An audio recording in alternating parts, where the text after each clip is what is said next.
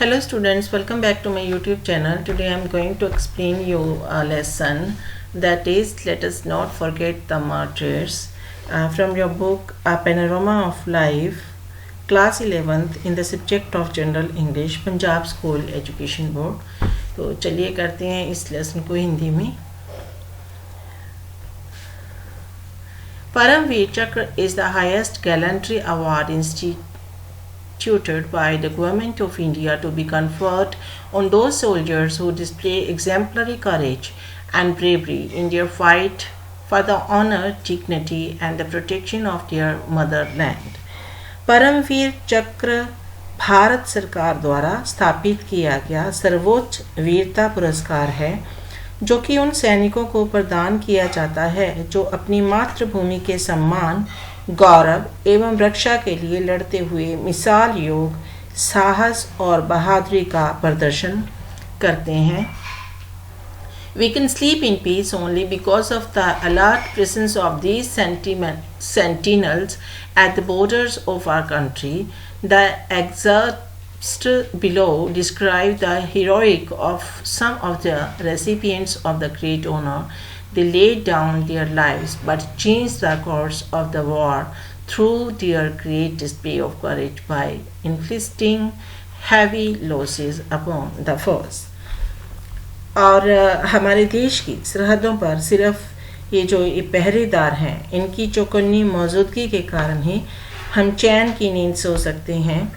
निम्नलिखित अंश इस महान सम्मान को हासिल करने वाले कुछ लोगों की बहादुरी के कारनामों का वर्णन करते हैं. उन्होंने अपनी जानें कुर्बान कर दी पर अपने साहस के महान प्रदर्शन द्वारा दुश्मन को भारी नुकसान पहुंचाकर उन्होंने लड़ाई का रुख ही बदल दिया. Major Somnath Sharma 1923-1947 was the first recipient of the Paramveer Chakra, the highest Indian gallantry award. Major Somnath Sharma सर्वोच्च वीरता पुरस्कार परमवीर चक्र प्राप्त करने वाले पहले व्यक्ति थे. He was awarded the medal posthumously for the bravery in the Kashmir operations in November 1947. उन्हें यह पदक 1947 में कश्मीर सैन्य अभियान में बहादुरी के प्रदर्शन के लिए मरण उपरांत प्रदान किया गया.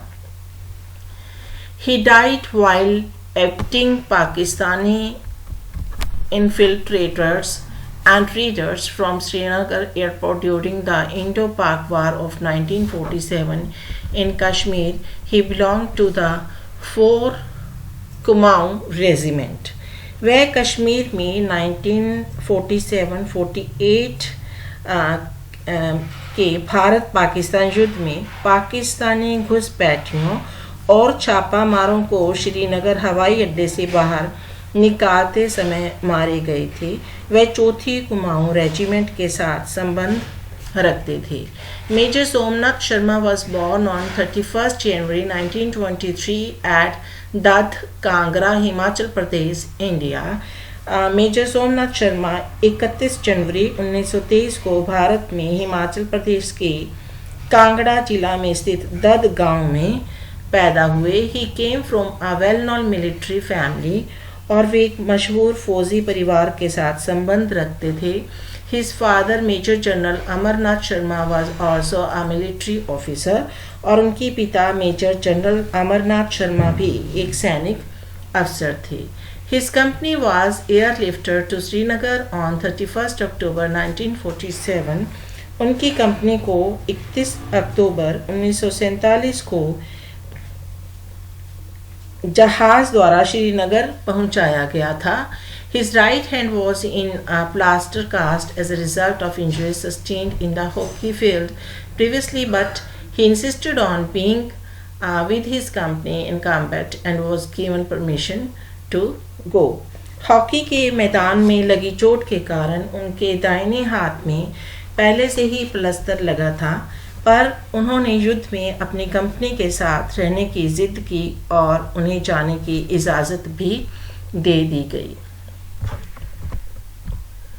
On 3rd November 1947, Major Somnath Sharma's company was ordered on a fighting patrol on Badgaon village in the Kashmir Valley. 3 नवंबर 1947 को मेजर सोमनाथ शर्मा की कंपनी को कश्मीर घाटी के बडगाम में युद्ध गश्त पर जाने का हुक्म दिया गया. A tribal lashkar of 700 raiders approached Budgam from the direction of Gulmarg और 700 छापामारों का एक कबीली लश्कर गुलमर्ग की दिशा में बडगाम पहुंच गया.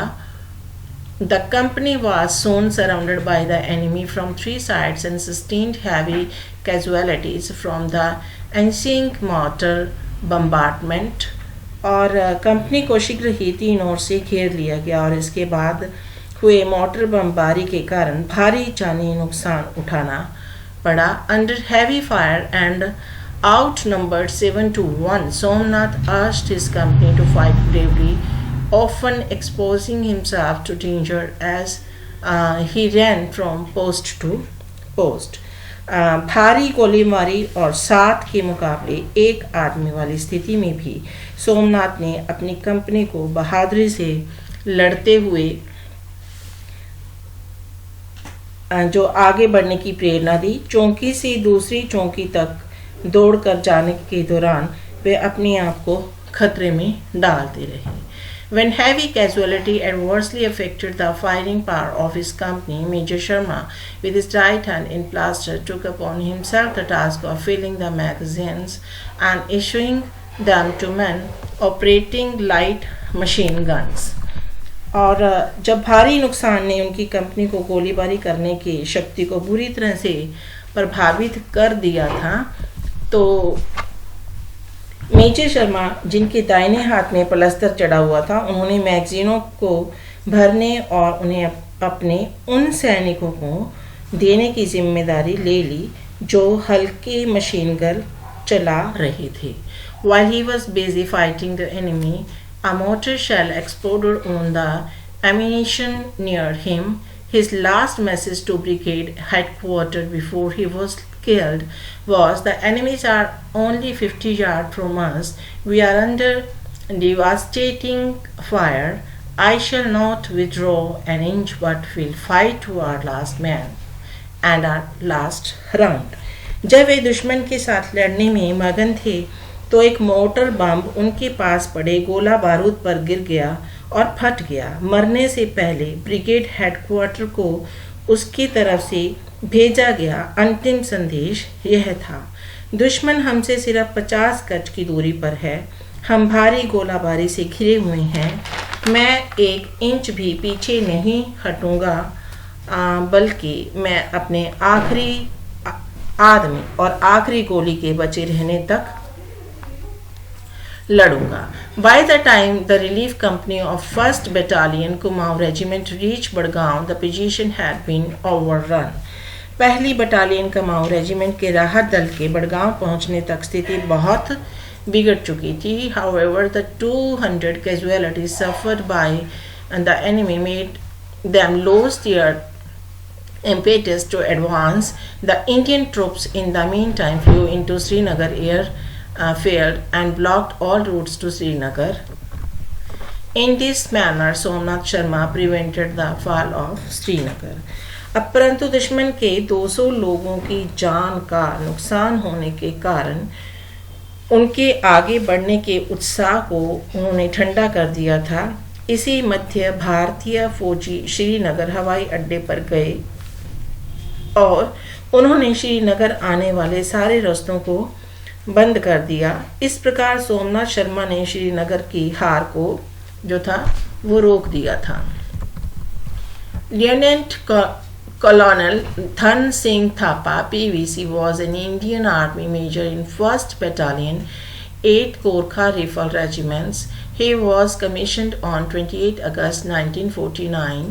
At 6 on 20th October 1962, the Chinese opened a barrage of artillery and mortar fire over Srijap, one post near the Chushul airport in Ladakh. अब परमवीर चक्र विजेता लेफ्टिनेंट कर्नल धान सिंह थे.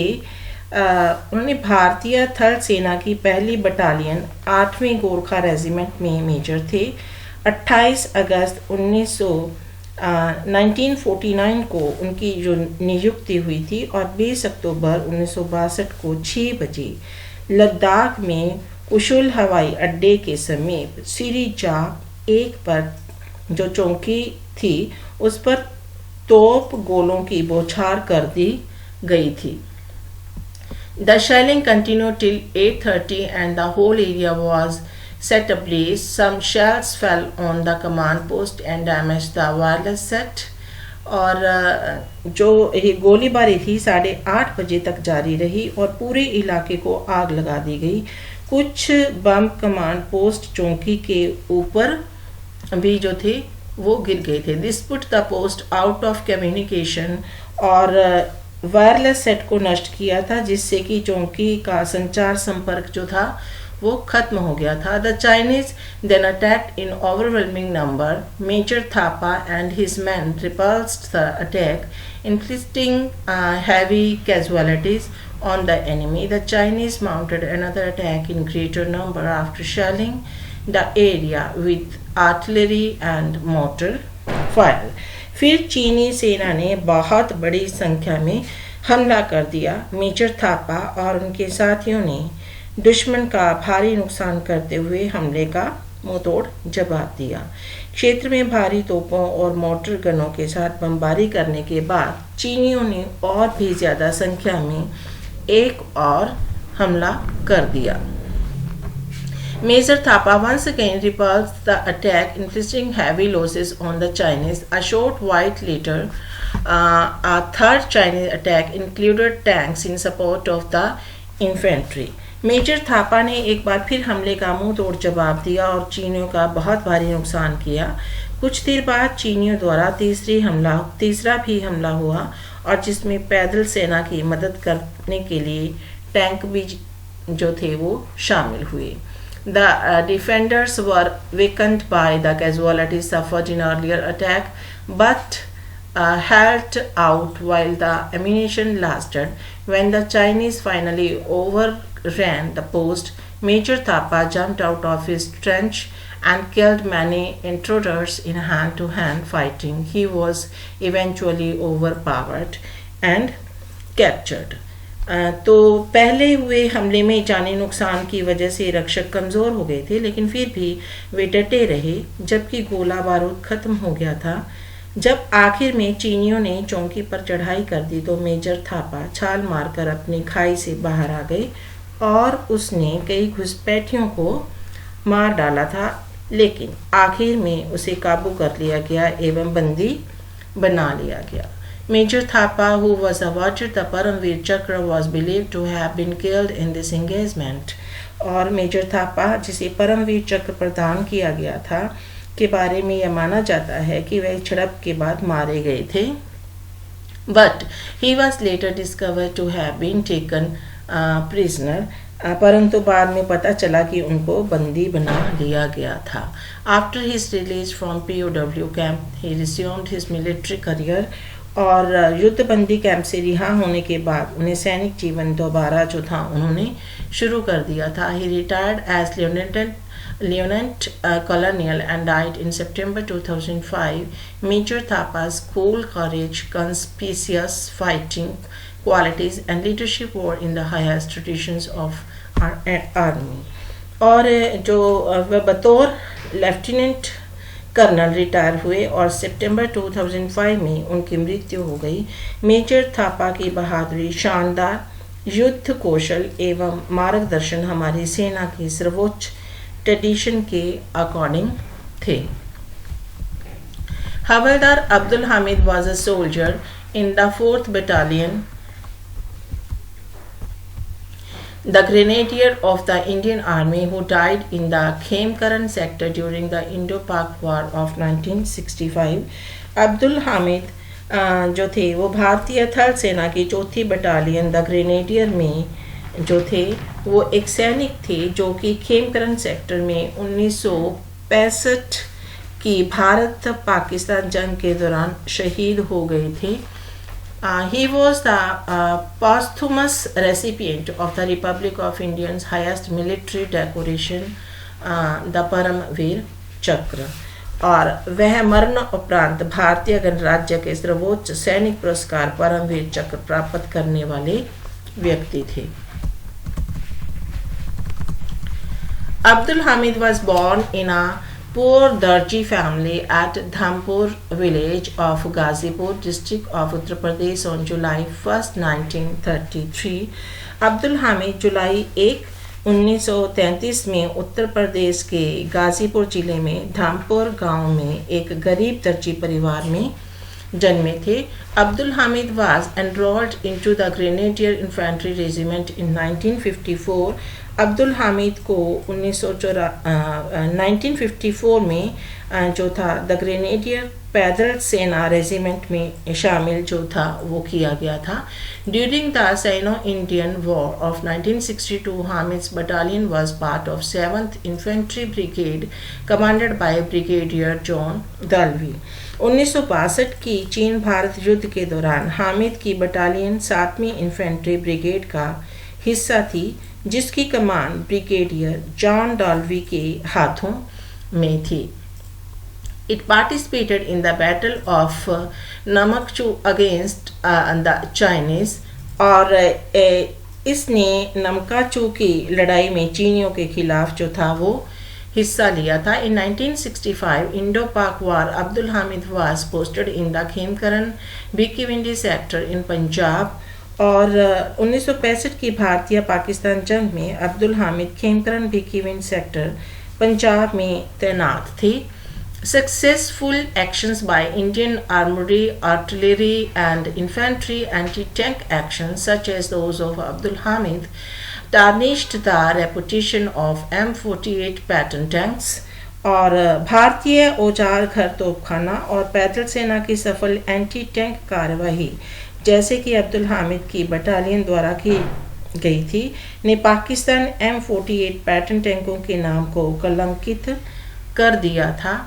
At 0800 hours on 10th September 1965, Pakistan forces launched an attack with a regiment of pattern tanks on a vital area ahead of village Chima on the Bhikiwind Road in the Khemkaran sector.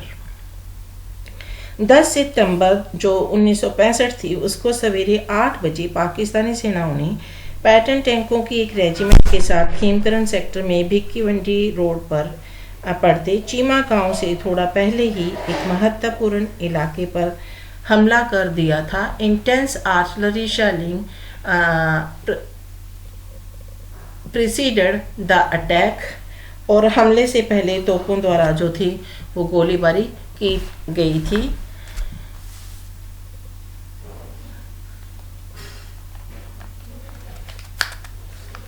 आज के लिए इतना ही, बाकी का